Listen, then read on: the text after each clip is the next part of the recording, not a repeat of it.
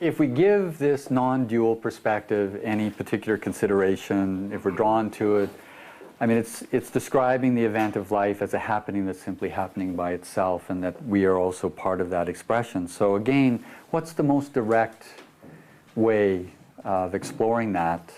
What's the most direct way to acknowledge that? And it would be to simply sit down and make no effort. Now, and to discover whether life still presents itself, to discover whether or not the process that you are still presents itself.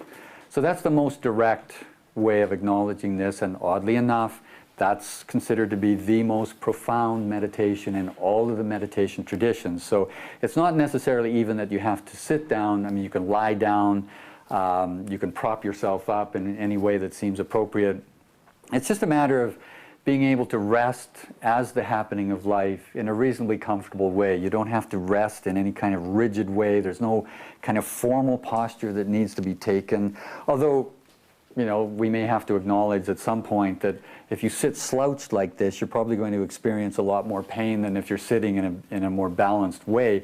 And it's, you know, it just makes the sitting maybe a little easier. But, you know, the fact that we've got chairs with backs on and, you know, we can just relax to a certain degree in the same way that we would sit reasonably still to read a book, that's all we really need. And this isn't saying that you have to meditate for the rest of your life. It's just a simple acknowledgement. You know, I'm making this presentation, and so this is a way of acknowledging this very directly. And it's also the case that most people have a very difficult time intellectually considering this situation where I'm saying that the definition of life isn't the reality. So if we're not the defined storyline, then what are we?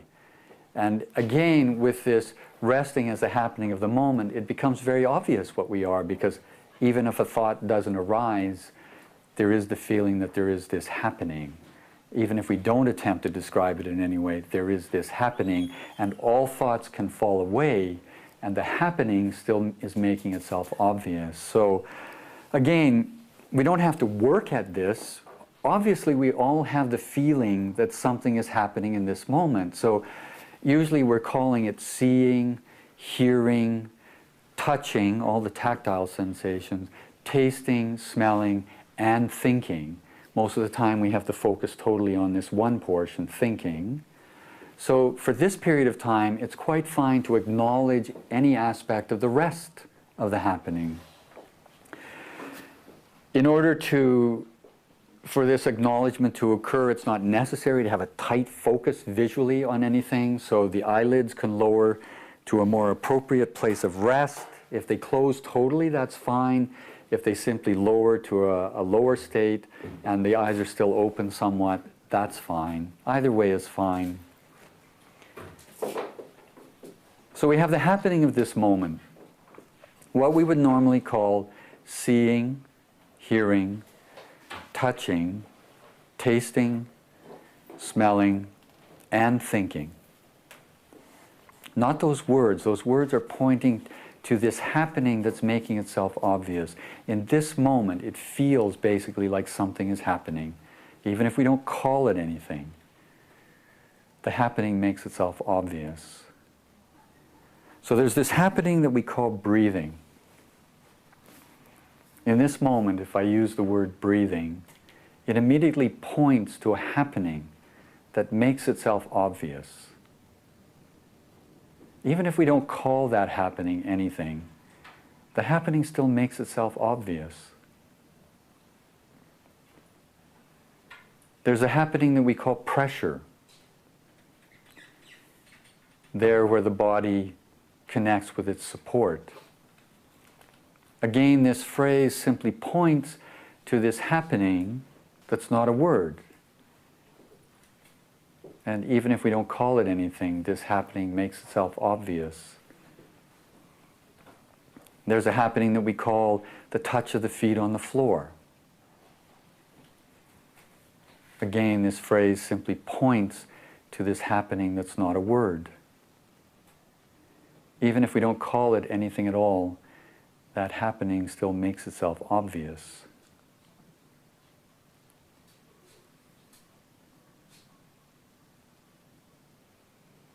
There's the happening that we call seeing. Even with the eyelids closed, there's some happening that we would relate to the word seeing. And again, we might notice that this happening is not a word. Even if we don't call it anything, that happening still makes itself obvious. There's the happening we call hearing, or sounds arising, changing, and fading away. Even if we don't call it anything, this happening still makes itself obvious. And again, we can acknowledge that this happening is not a word. Even if we don't call it anything, the happening still makes itself obvious. It might be what we call external sounds, it might be what we call internal sounds. If we don't call it anything at all, it still makes itself obvious.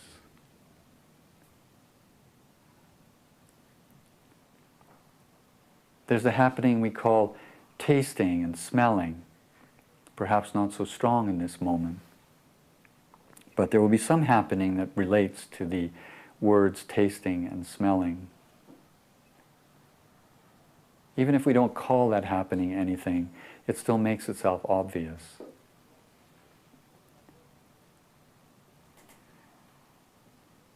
And throughout all of this, we have this happening that we call thinking. It could be what we call concepts, or it could be what we call visions. Basically what we would call mental activities, coming and going, presenting themselves in their own way, in their own time. Even if we don't call them mental activities, they still make themselves obvious. We have this happening we call the body. Specifically, this happening that we call the soles of the feet. So when I say this phrase, the soles of the feet, immediately some happening is pointed to with this phrase, and the happening is not a word. Even if we don't call it anything, the happening still makes itself obvious. There's a happening we call the tops of the feet and the ankles.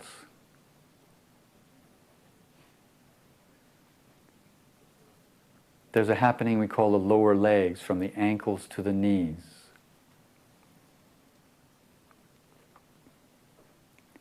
So when I say these phrases, lower legs from the ankles to the knees, something will present itself. It might be what we would call waves of energy, or vibration, or pulsation, or coolness, or warmth. Whatever presents itself is fine. This phrase, the lower legs from the ankles to the knees, simply points to this happening that makes itself obvious.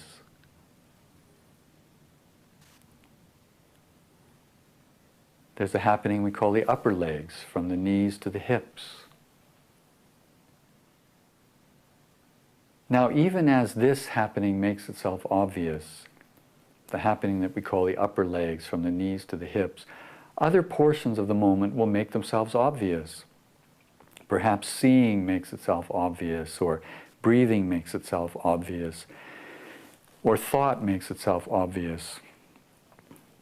It's not an interruption to any of this. These are also the simple expressions of this moment. There's the happening that we call the pelvis and the sitting bones and the hips, the belly and the lower back.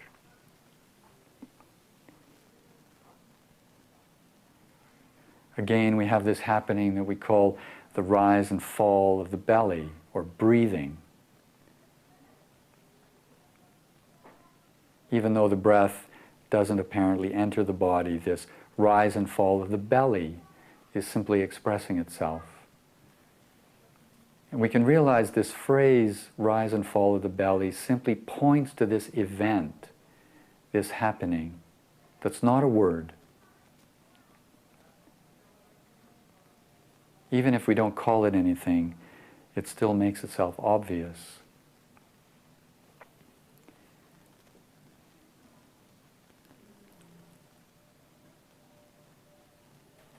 There's a happening we call the chest and the upper back.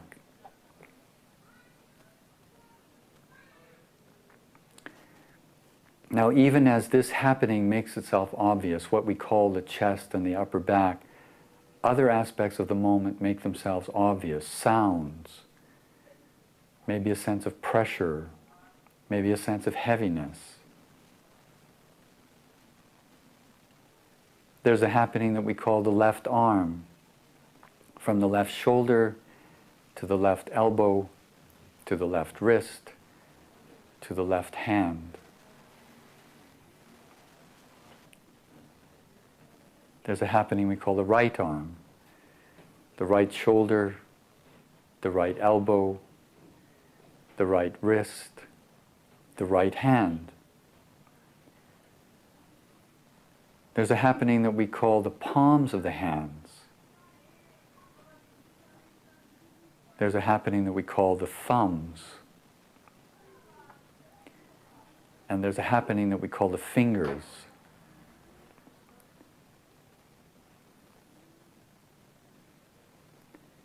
Again, we have this happening that we call the shoulders. There's a happening that we call the neck, and the jaws, and the teeth, and the tongue, and the lips.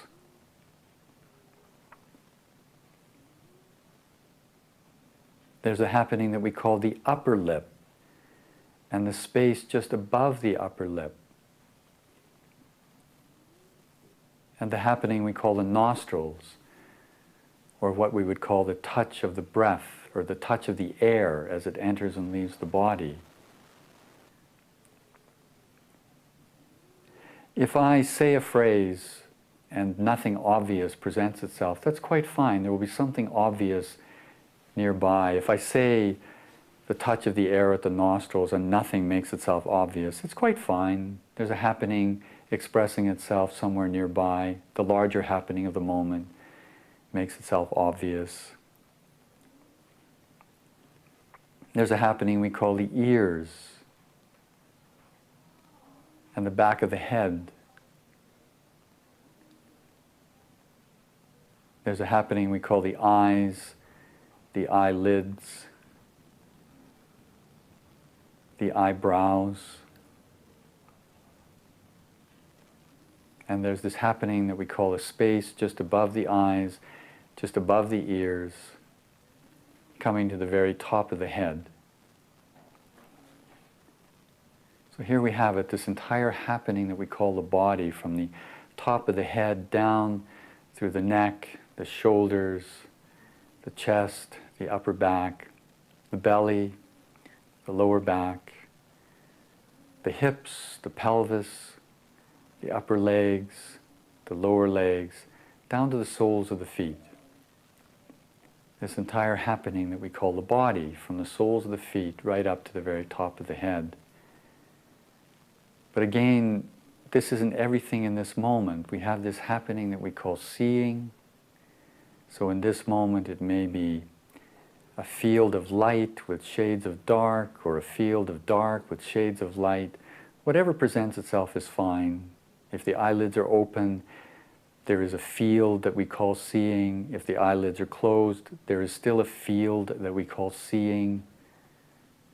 It simply presents whatever it presents. There's a happening we call hearing. It's the same happening that we would call sound.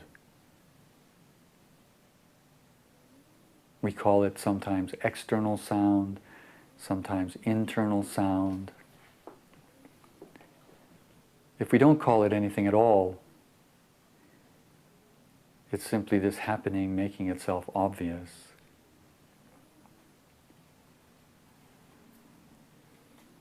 There's the happening we call tasting and smelling. Maybe not so strong in this moment, but there will be some happening that we call tasting and smelling. There will be some happening that presents itself that's related to those phrases. And that happening simply makes itself obvious.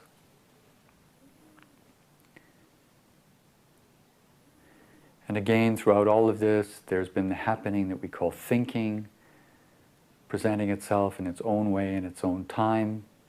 It's possible to explore this happening by thinking a question. We can think the question, what is there when there is no thinking? And we simply rest at the end of the question. We can think that question a few times and simply rest in the space at the end of the question. What is there when there is no thinking?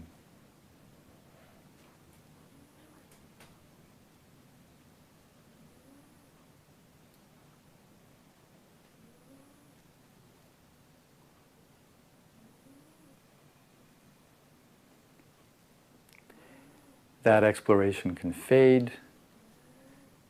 It's not that difficult. What is there when there is no thinking? There's just the happening of the moment, and for a moment there isn't any thought. It will come back in its own way, in its own time. And so we have it, the happening of this moment, what we would normally call seeing, hearing, touching, tasting, smelling, thinking,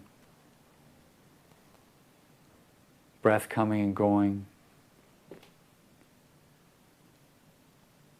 moods rising up, changing, maybe fading away, sounds rising up, changing, fading away, waves of energy, pulsation, vibration, perhaps tingling, what we would call tingling, what we would call heaviness or lightness, tightness, looseness, warmth, coolness.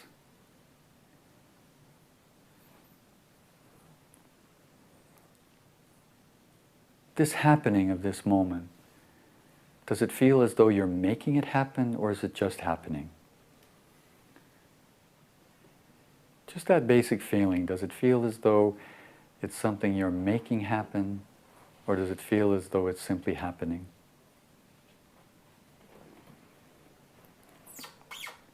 The process that you are, does it feel as though you're making that process happen in this moment, or is it simply happening? If you make no effort at all in this moment, does the process that you are stop happening? Does the breath stop breathing? Does the heart stop beating? Do the moods stop mooding? Do the thoughts stop coming and going? Do the vibrations and pulsations stop presenting themselves? Does the tingling stop presenting itself? Do the little twitches and twinges and the little shifting, does that stop presenting itself? Or does it go on presenting itself in its own way, in its own time?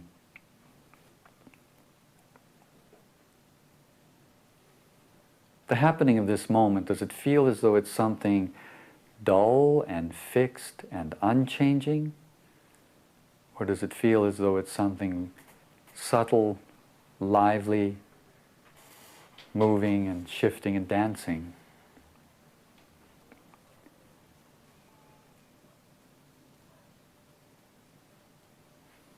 If I ask you who you are, would you give me a story? Or would it be that you are this happening, simply happening? This is just a consideration.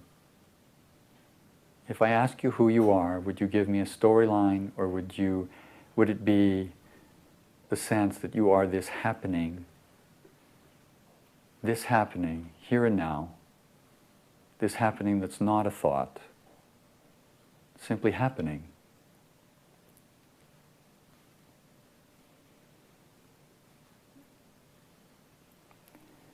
Those considerations can fade.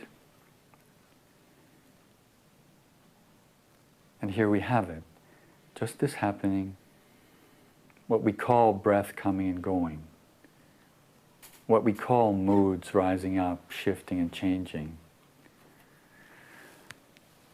what we call pulsation and vibration, what we call a little twinge here, or a little twinge there, or a little shifting here, what we call pain, discomfort, and an immediate shifting and the fading of pain and discomfort to some degree. Thoughts rising up, changing, fading away. Sounds rising up, changing, fading away. The breath is happening, breathing. Thoughts are happening, thinking. Moods are happening, mooding. The sky is happening, blue. The grass is happening, growing. Autumn is happening, autumning. The planet is happening, turning.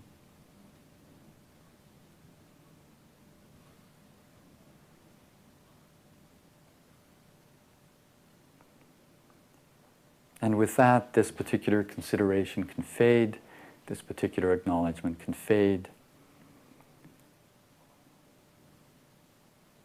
The body can move in whatever way seems appropriate. The eyelids can open at whatever pace seems appropriate.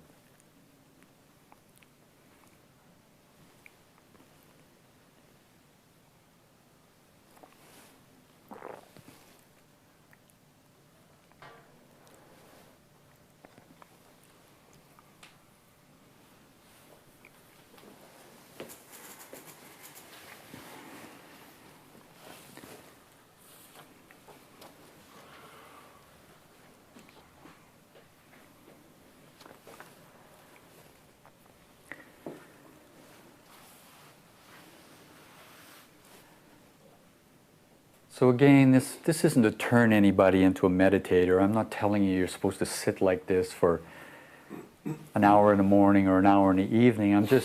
I've presented a conceptual sense of existence, and this is the most direct way to acknowledge that particular sensibility. So, were you wanting to ask something, Peter? No? Okay.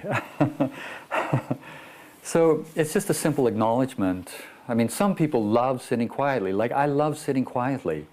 Like, ever since I was 14 and just wanted to explore the happening of the moment. Like, I was hoping to get out of the happening of the moment. I didn't do that, but it became fascinating. The presentation became fascinating. And still to this day, like, I don't do anything called meditation, but I love sitting quietly. So in the evenings, a lot of the time, at the end of the day, I just turn out all the lights in my apartment and I just sit quietly because it's an enjoyable thing to do for me. For others, it drives them crazy.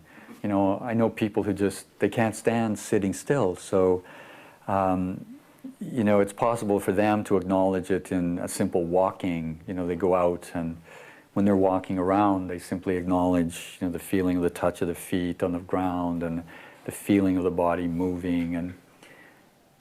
And again, it can be related to your general experience of life. The fact, you know, it's just really to acknowledge this moving, shifting, dancing event.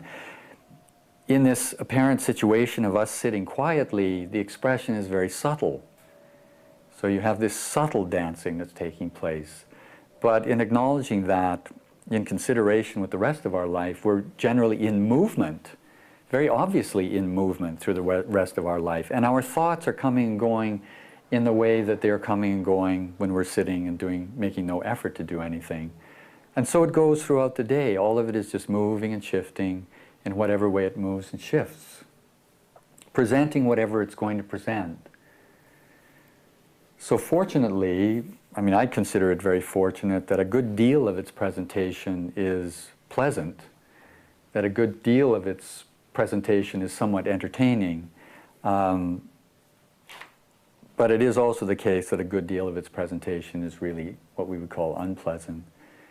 But again, ultimately from this non-dual sensibility, it's really the consideration of whether or not all of this is really simply presenting itself, that in some way we don't exist as anything apart from this expression. Even the urge to participate in life, the urge to figure it out, the urge to have a non-dual sensibility is the movement of this larger, unexplainable, unformed happening. As always, it's just a consideration. You know, if you relate to this particular perspective, that's great. If you don't, that's great. There are lots of other expressions in life that are just as valid. Reincarnation was never really one of the Buddha's teaching, and in fact, there was one period where, there was one point where he actually was saying to a group of people that some of his students had passed away and they were being reborn in a certain realm, and all the other monks listening to this, they took him aside afterwards and they said, "What are you doing? Like you're misleading people on purpose somehow here. Like, why are you teaching this reincarnation thing?" And he said, no, I'm not misleading people. Some of them are inspired by this kind of talk. But so this reincarnation thing was never really one of his teachings. He had a teaching called rebirth teaching. The Pali word is paticcasamuppada, and literally translated it means dependent origination. And basically, you know, if you get into it, you find out he's describing in his own way how we go from a totally unformed, unexplainable happening to believing that we're a bunch of people in an external world. So he's just presenting it in his own way. And he said basically that's birth. He declared that there wasn't any birth when the fetus came out of the womb. There isn't any birth until you're totally obsessed with form and the ephemeral forms that you label as pleasure and the pursuit of those pleasures. That's birth. But birth didn't exist with the fetus coming out of the womb. So that was the birth, that was the cycle of birth and death that would fade away if you could come to this realization. You would see through this kind of conceptual framework that you were believing, and you would then no longer ultimately believe that you were a human being in an external world.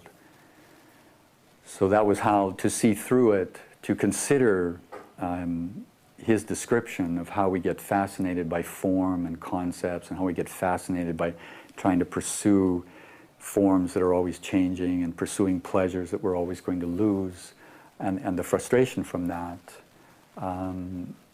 Considering that situation in our life that for him was a very obvious situation, and he tried his best to make it very obvious, to point to it in a very obvious way, and to see that awakening from that was to leave the wheel of birth and death.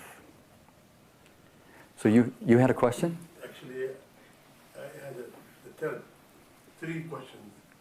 Just one of them just came out now. Yes. I'll talk about the last one. I think when we listen to a teacher or something like that, we conceptualize the teaching, and then we're sort of stuck with the conceptualization. You know? As, for example, I'll be comparing non-duality with Buddhism.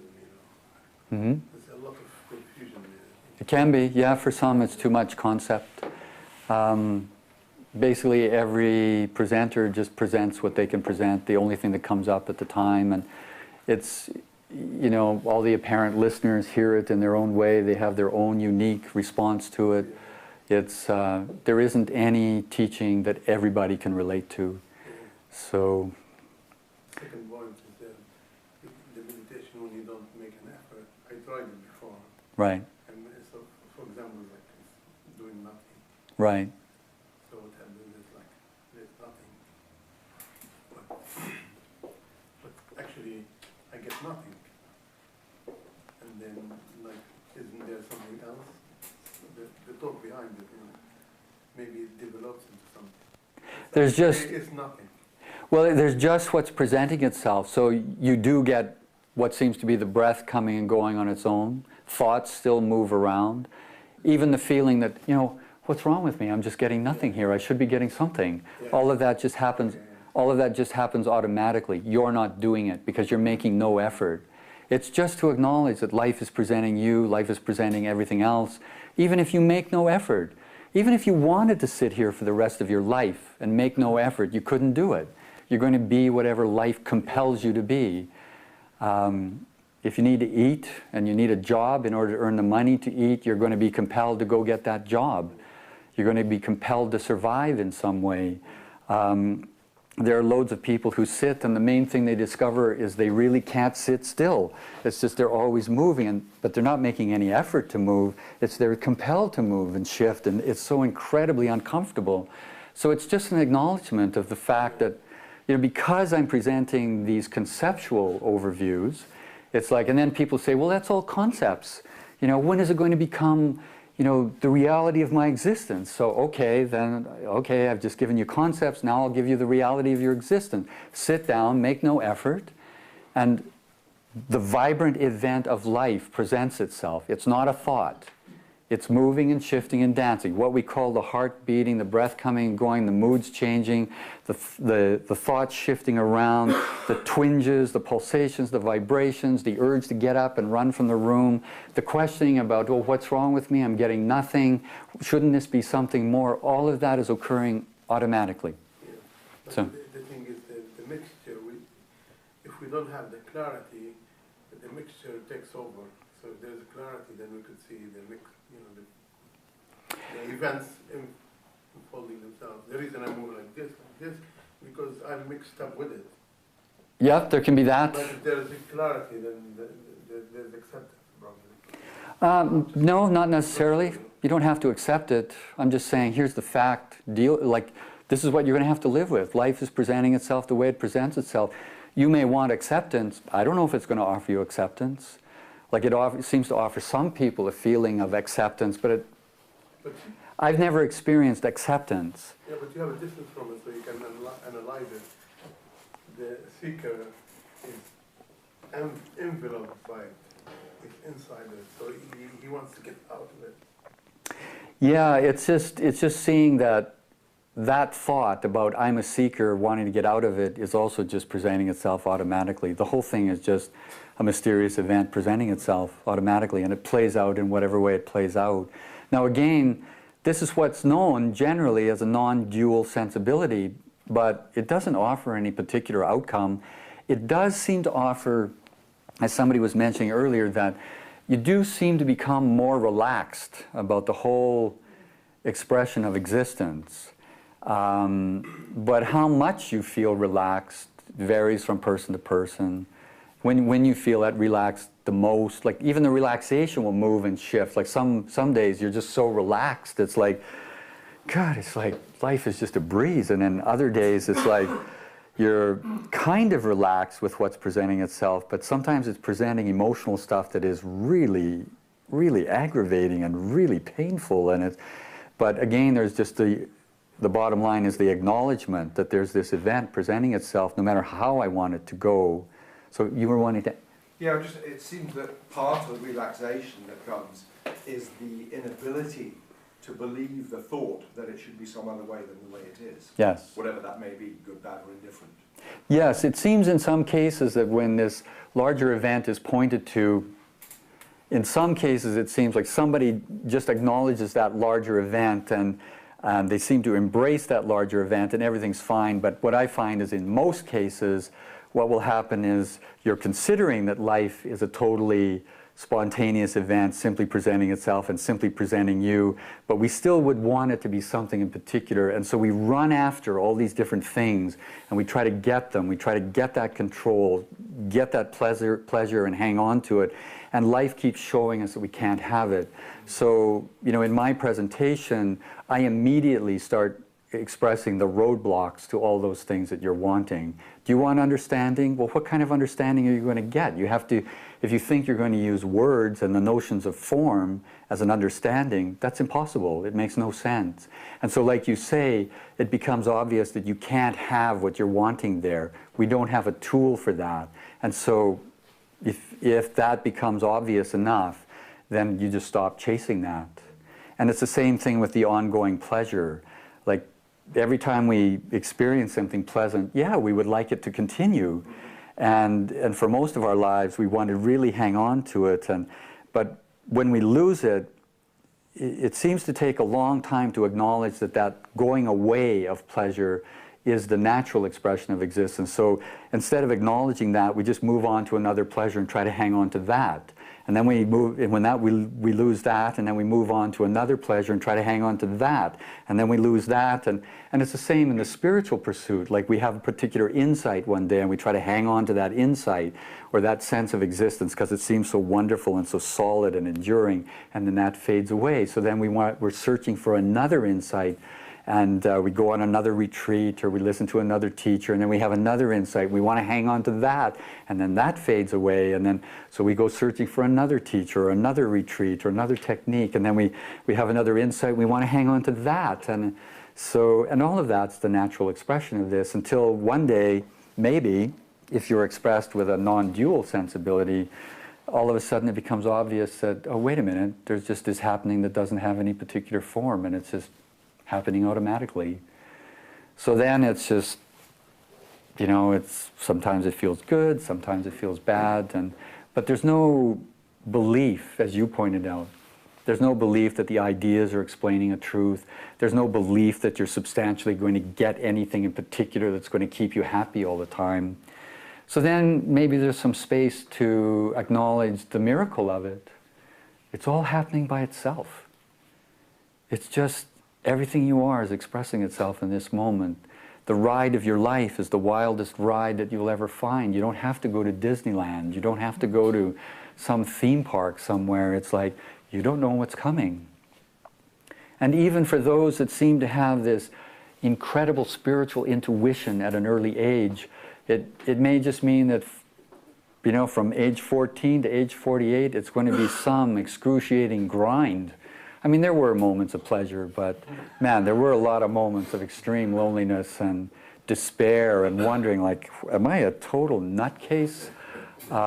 Before this thing kind of expressed itself the way it's expressing itself now, and even now I don't know how it's going to express itself. For a while I thought that it was going to just take away this whole expression altogether. Like in the last year and a half, I was just really starting to feel like, okay, it's been said, that's the bottom line. I don't care if anybody agrees with it or not. I'll just go my way, and the website will stay there for a while. The books will be around for a little while. If people relate to it, that's fine. If they don't, that's fine. Doesn't, you know, so for a while it really seemed like I was just going to wander off into the Manitoba prairie and just, you know, even maybe switch jobs and go find, like I was thinking maybe I would be a janitor in one of the malls and just move into retirement from there.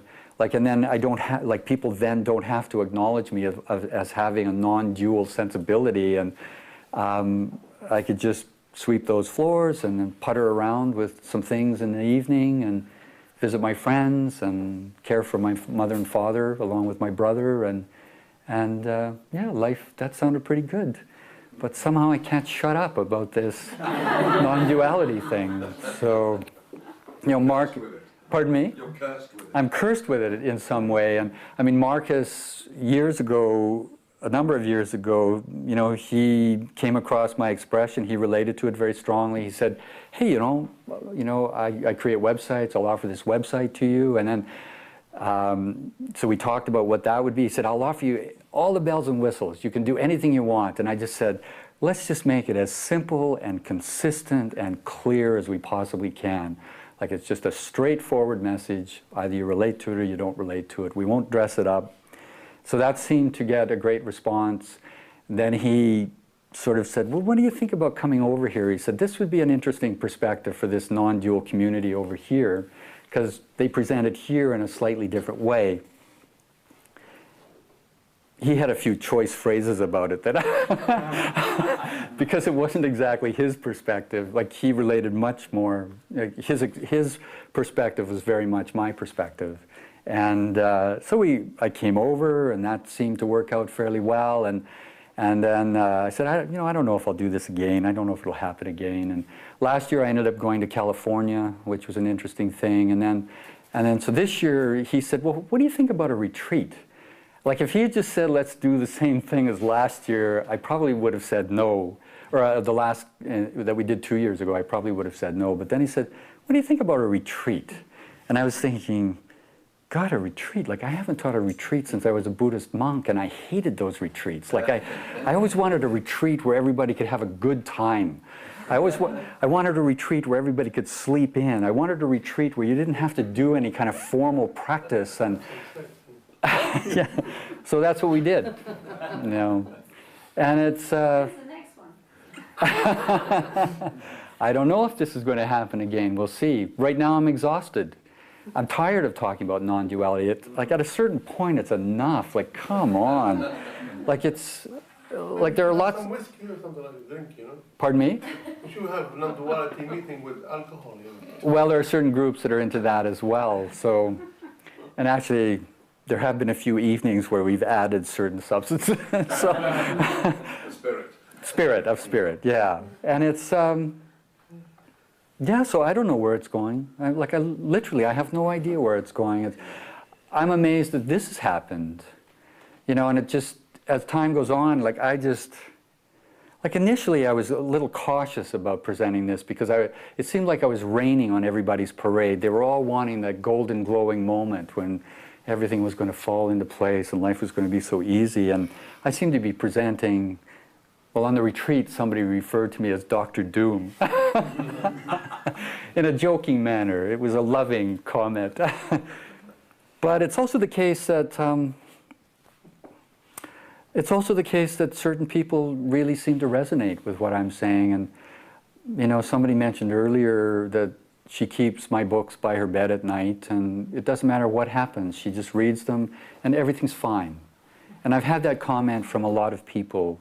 And it's, you know, that was really, I mean, ultimately, I don't know why I'm expressing this. I mean, it really is, like Yuji said, like you're a bird singing your song, or a dog barking, or a cat meowing. This is just the only sound I can make, basically, in these kinds of situations.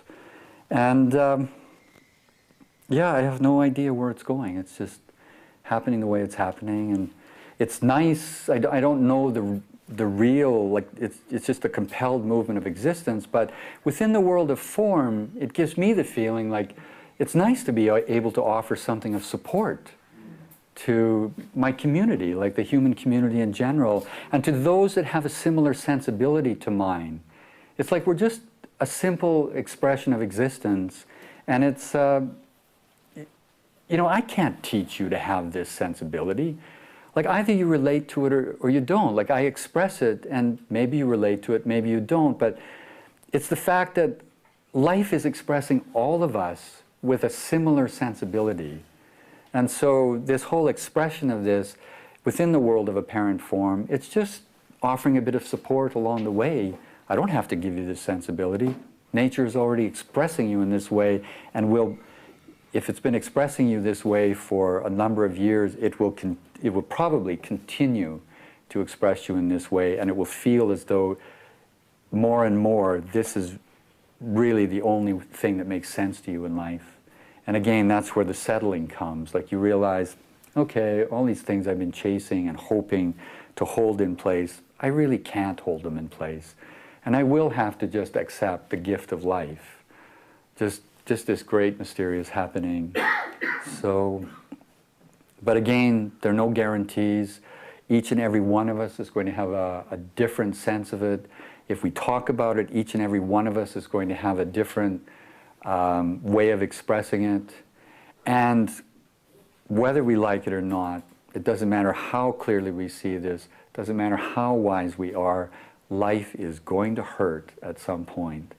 So, like Da Frijon, kind of a wild character with his crazy wisdom teachings, but there was one point where he was saying to people, like, you know, there was a time when you had to be an adult at the age of 15, because all North America was basically settled by 15-year-old couples in a covered wagon or in a canoe, making their way into a wilderness where they had absolutely no idea of what was going to happen.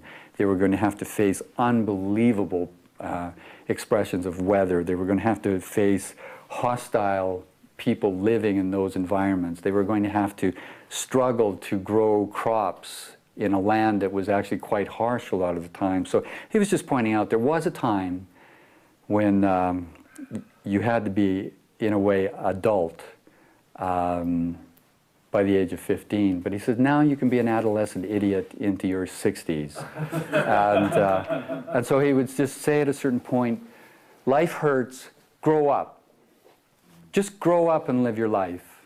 Now, there are times I want to say something like that, but I can't seem to have that expression. So, That sounds more like my father. But it's legit. My father was telling the truth. Life is hard, and yeah, that's just the way it is. So I don't know if anybody else has any more comments or... Well, I just, Darryl, when I said yesterday, you're the ideal person, teacher for misfits, I was talking about myself. I didn't mean everybody else was a misfit. Right. And not me. No, I realized that. You realize that? Yes, and It's tremendously, because even in a non-dual group, I'm sure I have got a non-dual sensibility, but I still feel yes, a bit of a misfit. exactly. Exactly. And so it's a tremendous relief knowing that this particular, how do you express it? You say that life is realized through you in that particular way. And it's a tremendous relief to know that that's just Yes, one more snowflake manifesting in its own unique way. exactly. So I can't hear it enough. It's just wonderful. Yeah, that's my feeling about it too. It's So even if somebody's quite awkward, means they're exotic in their expression. in the real life, there's just always criticism, and I am Yes. the bad one. Yeah, and this is one of the difficulties of, if nature expresses you in this way, you're not going to find a lot of people who see life in this way. Like if you really see life in this way, you know, this gentleman who just left, he told me earlier he had to leave at 4, but he was saying like his partner just cannot relate to this perspective in any way whatsoever, and he loves this perspective. This is his perspective, but his partner doesn't relate to it in any way whatsoever. So there's going to be an interesting dance there at some point. And I hear that so often, like one person, to them it just makes absolute sense, and then to their partner it just has no meaning whatsoever. And so that's going to play out in whatever way it plays out. The world is not dual, and it is not non-dual, because these are ideas again. That, you know, this, what's being pointed to in this supposed non-dual expression is something outside of the idea of non-duality. So all this emphasis on certain terms, phrases, that gets, you know, even the healthiest phrase, even what seems to be the clearest phrase, yeah, it just somehow isn't it. And so again, you know, ultimately my invitation is an invitation to acknowledge something that you can't comprehend in any way whatsoever, and it's expressing itself in endless variety, and each and every apparent expression of it is unique and exotic in some way. So, but again, just remains simply the expression of something that can't be explained in any way whatsoever. So each of us will end up having an apparent sensibility, and we will apparently relate to life with that apparent sensibility, and we don't get to choose at any specific moment what that perspective is going to be. And it's also moving and shifting, and it may change over an apparent lifetime in subtle ways, and it may seem like the changes are just variations on a common theme, but it's also the case that it can change radically in a huge way, and the way you looked at life for the first 25 years suddenly melts away, and you can no longer look at life in that way. You're somehow seeing it in a different way, and there isn't any right or wrong to it. It's just all a totally legitimate expression of this, whatever this is. And isn't it also the case that the paradox that we are drawn to this discussion, this exploration, and the vehicle for that exploration is words? Yes. And yet words essentially are completely misleading. That's right. The name for everything is not the thing. That's right. You know? Exactly. That's what we have, that's the exchange. That's the weird thing. In the world of apparent form, it seems like it's someone sitting here communicating words, people sitting here listening to those words and having some understanding, but even that whole process is just a totally mysterious event. But as you say, it apparently seems to be that words is the medium. Words are the medium. So We're fucked. yeah, exactly. Nobody gets out of here alive. So. When we were doing the meditation that's not Right, the acknowledgement. And you refer to different parts of the body. You know, I just realised that the word, you know, had absolutely no relevance. No. You know, it is just sensation. Yeah. Even the word sensation. And to think of to kind of actually try to think of the word and to take your attention to where you think that the knee might be or something like that. Mm-hmm. It's just, you know, it's an absolute non-starter, Mm-hmm. you know. Yeah, it's like just a very simple acknowledgement that, I'm not saying I didn't enjoy it, I like it. right, right, But it's just the kind of awareness that, that the words don't have anything to do with right. the sensation Yeah, and at all. that's all, you know, that's a portion of what this exploration is about, that you start realizing, okay, the word is this, it's pointing to this other thing. Even if the word disappears, this other happening, whatever it is, it's not a specific thing. This happening is still presenting itself. It doesn't need to have a movement of the intellect to present itself. That comes between, that is a hindrance, if you like, to me. It's, Right. you know, Yep. Yeah, in some cases people will say, you know, God, I wish you would just shut up and let me be with the event. But that's fine. Like you. it's a kind of, you know, I'm not saying I don't like, I do really enjoy it. Okay. I really enjoy it. Right. I really, really do. Yeah.